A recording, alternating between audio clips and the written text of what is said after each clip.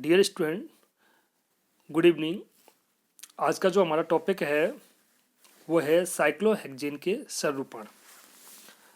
कल मैंने आपको ब्यूटेन के संरूपण बताए थे कि ब्यूटेन के किस प्रकार से हमारे जो संरूपण थे सांतरित और ग्रसित के अलावा जितने भी संरूपण हमारे 60 डिग्री के रोटेशन पर जो प्राप्त होते थे वो सब मैंने आपको बताया, और किसका स्थायित्व अधिक होता है, किसका स्थायित्व कम होता है, ये सब हमने पढ़ा था। आज जो हमारा साइक्लोहेक्सेन के संरूपण है, साइक्लोहेक्सेन के दो संरूपण हैं, नौका एवं कुर्सी, जिन्हें हम बोट एवं चेयर कहते हैं। ये दोनों संरूपण एक दूसरे में आसानी से परिवर्तित हो जाते हैं, होते रहते हैं। दोनों के मध्य ऊर्जा अंतर बहुत कम, लगभग 5.6 के बराबर होता है। इससे पहले मैंने आपको एथेन में बताया था कि जो एथेन के दोनों संरूपण थे या जो प्रोपेन के संरूपण थे उनमें जो ऊर्जा अंतर था वह कितना था, ग्रसित और सांतरित में 2.8 था, उसके बाद 3.6 था। इसी प्रकार जो साइक्लोहेक्सेन के संरूपण हैं उसके जो दो संरूपण हैं, नौका और कुर्सी, चेयर एवं बोट, वो आसानी से एक दूसरे में परिवर्तित हो जाते हैं और उनके बीच में जो ऊर्जा अंतर होता है वो 5.6 के आसपास होता है। ये जो आपको संरचना दिख रही है चेयर, कुर्सी संरूपण, और ये जो आपको संरचना दिख रही है बोट या इसे बोलते हैं नौका संरूपण, इनके जो नाम हैं कुर्सी संरूपण और नौका संरूपण, इनकी जो आकृति है, संरचना है, उसके आधार पर ही रखे गए हैं। जैसा कि आप देख रहे हैं कि ये एक तरह की चेयर है, इसीलिए इसका नाम रख दिया कुर्सी संरूपण या चेयर संरूपण। दूसरा जो हमारा संरूपण है उसकी आकृति आप देख रहे हैं कि उसकी जो आकृति है एक बोट की तरह है, जैसे बोट होती है, और उसके आधार पर इसका नाम रख दिया हमने नौका संरूपण या इसको बोलते हैं बोट कन्फॉर्मेशन। तो इनके जो दो नाम हैं ये नाम इनकी आकृति संरचना के ऊपर रखे गए हैं, जिन्हें हम चेयर और बोट कन्फॉर्मेशन कहते हैं। ये दोनों साइक्लोहेक्सेन के संरूपण कुर्सी व नौका हैं। कुर्सी संरूपण सर्वाधिक स्थायी होता है। इससे पहले मैंने आपको बताया था कि सांतरित संरूपण ग्रसित संरूपण की अपेक्षा स्थायी होता है। अगर हम साइक्लोहेक्सेन की बात करें तो साइक्लोहेक्सेन में कुर्सी संरूपण सर्वाधिक स्थायी होता है। क्यों होता है? इसमें कार्बन कार्बन बंध कोण 109 डिग्री 28 मिनट का होता है। ये जो इसमें कार्बन कार्बन बंध कोण है, ये वाला, ये जो बंध कोण है ये 109 डिग्री के आसपास होता है, जिससे इसकी संरचना कोणीय विकृति से मुक्त होती है। जो कोणीय विकृति होती है उससे इसकी संरचना मुक्त होती है। इसमें सभी हाइड्रोजन परमाणु पूर्णतः सांतरित होते हैं तथा कार्बन C1 तथा C4 पर उपस्थित हाइड्रोजन परमाणु के मध्य अधिकतम दूरी होती है। चेयर कन्फॉर्मेशन है साइक्लोहेक्सेन का, वो अधिक स्थायी क्यों होता है? क्योंकि इसके बीच में इसमें जो कार्बन कार्बन बंध कोण है वो 109 डिग्री का होता है, कोणीय विकृति नहीं पाई जाती है, और जो कार्बन पर जो हाइड्रोजन जुड़े होते हैं वो हाइड्रोजन सभी सांतरित पोजीशन में होते हैं। सांतरित पोजीशन पर देखने के लिए ये हमारा इसका न्यूमैन सूत्र है साइक्लोहेक्सेन का, जिसमें आप देख रहे हैं कि इसमें सभी हाइड्रोजन एक दूसरे से सांतरित अवस्था में स्थित है। इसीलिए इनके बीच में प्रतिकर्षण नहीं होता है या बहुत कम प्रतिकर्षण होता है। दूसरा, जो कार्बन नंबर 1 और कार्बन 4 पर जो हाइड्रोजन हैं वो एक दूसरे से अधिकतम दूरी पर होते हैं, और अधिकतम दूरी पर होने के कारण इनके बीच में प्रतिकर्षण कम होता है। जैसे हम बात करें, ये मान लो हम इसको कार्बन एक यहाँ जुड़ा हुआ है, एक कार्बन यहाँ जुड़ा हुआ है, इसको कार्बन 1 मान लें, इसको कार्बन 4 मान लें, तो इनके दोनों के बीच की दूरी अधिक है। जैसा कि इस आप डायग्राम में आप देख रहे हैं, इस चित्र में आप देख रहे हैं, इसमें डॉट डॉट लाइन से मैंने बताया है कि इनकी बीच की दूरी है C1 से C4 कार्बन के बीच की दूरी, ये अधिकतम दूरी होती है। इसके कारण इनके बीच में प्रतिकर्षण कम होता है। वलय में कार्बन कार्बन एकल बंध होने के कारण मुक्त गुणन के परिणाम स्वरूप कुर्सी संरूपण नौका संरूपण में परिवर्तित हो जाता है। मैंने पहले ही बताया था कि संरूपण वहाँ पाया जाता है जहाँ पर कार्बन कार्बन के बीच में एकल बंध होता है। एकल बंध होने पर उनका जो रोटेशन है, फ्री रोटेशन या मुक्त घूर्णन पाया जाता है, इसके परिणाम स्वरूप हमें दूसरी संरचना प्राप्त होती है। जैसा कि ये चेयर कन्फर्मेशन है, ये इससे हमारी जो दूसरी संरचना प्राप्त होती है वो हमारी बोट संरचना प्राप्त होती है। इसको नौका संरूपण कहते हैं। नौका संरूपण भी कुर्सी संरूपण की तरह कोणीय विकृति से तो मुक्त होती है।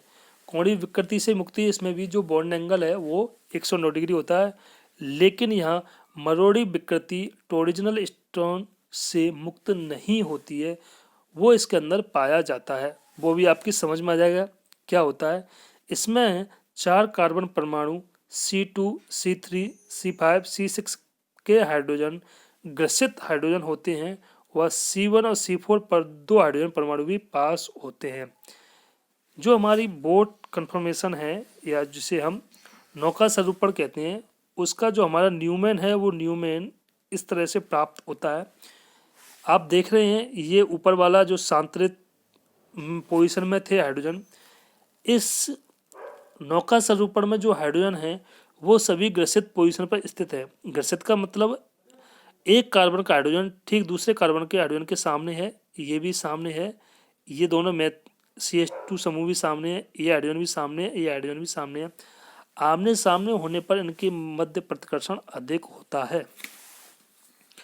ठीक उसी प्रकार C2, C3, C5, C6 के हाइड्रोजन परमाणु हैं और कार्बन नंबर 1 और कार्बन नंबर 4 जो इसके अंदर हमारे चेयर में ये कार्बन नंबर 1 था और कार्बन नंबर 4 था। ठीक ये बोट कन्फर्मेशन में कार्बन नंबर 1 और कार्बन नंबर 4 है।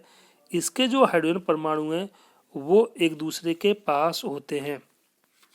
एक दूसरे के पास का मतलब जैसा आप इसमें देख रहे हैं, ये हमारे कार्बन हैं और इस पर जो हाइड्रोजन जुड़े हुए हैं ये हाइड्रोजन एक दूसरे के पास हैं। इसकी अपेक्षा, किसकी अपेक्षा? इसकी अपेक्षा चेयर कन्फर्मेशन की अपेक्षा जो इन कार्बन हाइड्रोजन के बीच में अधिकतम दूरी थी वो दूरी यहाँ पर न्यूनतम दूरी होती है। यह न्यूनतम दूरी के कारण, जिसके कारण परस्पर वांडर वॉल्स बलों के द्वारा प्रतिकर्षित होते हैं। क्या प्रतिकर्षित होते हैं? दोनों हाइड्रोजन। यह प्रतिकर्षण नौका संरूपण फ्लैगपोल अंतःक्रिया कहलाती है। सवाल आपसे ये भी पूछा जाता है फ्लैगपोल अंतःक्रिया किसे कहते हैं? इसमें भी आपको साइक्लोहेक्सेन का जो बोट कन्फर्मेशन है, नौका संरूपण है, उसके बारे में ही लिखना है। फ्लैग का मतलब है कि इस बोट पर ये हाइड्रोजन एक झंडे की तरह लगे हुए हैं, जैसे फ्लैग होता है उस फ्लैग की तरह लगे हुए हैं, इसलिए इसका नाम रख दिया फ्लैग पोल। पोल पे फ्लैग लगे हुए हैं तो इससे इसका नाम पड़ गया फ्लैग पोल इंटरेक्शन। ये बोट पर जो दोनों हाइड्रोजन C1 और C4 पर जो लगे हुए हैं वो इस तरह से एक पोल है और उसके ऊपर जैसे फ्लैग लगा देते हैं उसी प्रकार से यहाँ हाइड्रोजन जुड़े हुए हैं, इसलिए इसको फ्लैग पोल अंतःक्रिया भी कहते हैं। इसमें आप देख रहे हैं कि इसके अंदर जो हमारा हाइड्रोजन है वो एक दूसरे से ग्रसित पोजीशन पर है, जो चेयर कन्फर्मेशन में सांतरित पोजीशन पर थे। मरोड़ी विकृति एवं फ्लैगपोल क्रिया नौका संरूपण की ऊर्जा को बढ़ा देते हैं। मरोड़ी विकृति मैंने आपको बताया था, टोरिजिनल स्ट्रेन का मतलब है उसकी पोटेंशियल एनर्जी का मान बढ़ना। इसमें जो आप देख रहे हैं एक दूसरे के सामने हाइड्रोजन है और ये जो आपके CH2 समूह जुड़े हुए हैं ये भी एक दूसरे के सामने हैं, तो इसके अंदर जो विकृति है वो अधिक पाई जाती है। और फ्लैगपोल अंतःक्रिया, फ्लैगपोल अंतःक्रिया C1 और C4 कार्बन के हाइड्रोजन के बीच में पाई जाती है। ये दोनों के ही कारण ही नौका संरूपण की ऊर्जा का मान बढ़ जाता है। नौका संरूपण की ऊर्जा का मान बढ़ जाता है जिससे इसका स्थायित्व तो कम हो जाता है। ये मैंने आपको पहले भी बताया था कि ऊर्जा का मान बढ़ेगा तो स्थायित्व तो कम हो जाता है। चेयर कन्फर्मेशन के अंदर जो फ्लैगपोल इंटरेक्शन था या तो प्रतिकर्षण था वो कम था और जो नौका संरूपण है उसके बीच में ये प्रतिकर्षण अधिक पाया जाता है। प्रतिकर्षण अधिक कारण इसकी ऊर्जा का मान बढ़ जाता है और स्थायित्व तो कम हो जाता है। इसीलिए चेयर कन्फर्मेशन साइक्लोहेक्सेन का अधिक स्थायी होता है और जो बोट कन्फर्मेशन है वो कम स्थायी होता है। नौका संरूपण आसानी से ट्विस्ट बोट या व्यावर्त नौका में बदल जाता है और इसकी ऊर्जा नौका संरूपण से कम होती है। इसके बीच में चेयर है और बोट, चेयर से जब बोट में साइक्लोहेक्सेन चेंज होती है या कन्फर्मेशन चेंज होता है तो इसके बीच की कुछ संरचना होती हैं जिन्हें हम हाफ चेयर या ट्विस्ट बोट के नाम से जानते हैं। इनकी भी ऊर्जा चेयर कन्फर्मेशन से अधिक होती है और जो बोट कन्फर्मेशन है उससे कम पाई जाती है। तो मेनली जो आज का सवाल है वो ये है कि जो चेयर कन्फर्मेशन है साइक्लोहेक्सेन के दो स्वरूपण है, एक तो चेयर और दूसरा बोट। चेयर कन्फर्मेशन की जो विशेषता है या संरचना है वो इसमें मैंने आपको बता दी है। ये चेयर कन्फर्मेशन है, उसमें किस प्रकार से जो हाइड्रोजन शांतरित पोजिशन पर जुड़े होते हैं। C1 और C4 के जो हाइड्रोजन है वो अधिकतम दूरी पर होते हैं, प्रतिकर्षण कम होता है। बोट कन्फर्मेशन में जो हाइड्रोजन है वो शांतरित में ना होकर के घर्षित पोजिशन में जुड़े हुए होते हैं और उसमें जो C1 और C4 के जो हाइड्रोजन है वो पास होते हैं, उनके बीच में वान डेर वाल प्रतिकर्षण होता है जिसे हम फ्लैगपोल प्रतिकर्षण भी कहते हैं। इसीलिए इसकी ऊर्जा का मान अधिक होता है और इसका स्थायित्व कम होता है।